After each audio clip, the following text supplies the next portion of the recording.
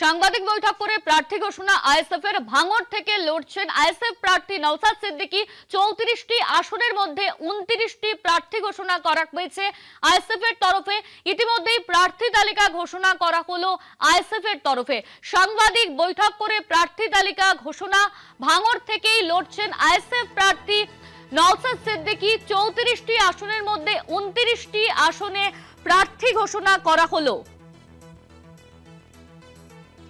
ইতিমধ্যেই আইএসএফ এর প্রার্থী ঘোষণা করা হয়েছে। সামনেই বিধানসভা নির্বাচন, ইতিমধ্যেই বিধানসভা নির্বাচনের দিনক্ষণ ঘোষণা করা হয়েছে।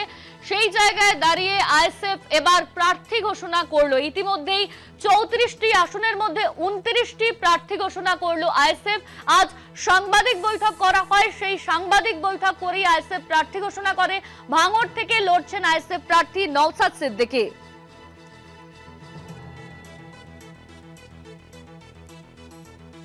ভাঙড় থেকে লড়ছেন নওশাদ সিদ্দিকী আইএসএফ প্রার্থী। ইতিমধ্যেই প্রার্থী ঘোষণা করা হয়েছে আইএসএফ এর তরফে। সাংবাদিক বৈঠক করে প্রার্থী ঘোষণা করা হয়েছে। 34টি আসনের মধ্যে 29টিতে প্রার্থী ঘোষণা করা হলো আইএসএফ এর তরফে।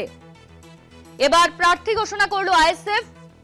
নওশাদ সিদ্দিকী তিনি লড়ছেন আসন্ন পশ্চিমবঙ্গ বিধানসভা নির্বাচন ঘিরে। রাজ্য রাজনৈতিক সমীকরণের নতুন মোড় নিচ্ছে, আর সেই জায়গায় দাঁড়িয়ে ইন্ডিয়ান সেকুলার ফ্রন্ট তাদের তরফে এবার প্রার্থী ঘোষণা করা হলো।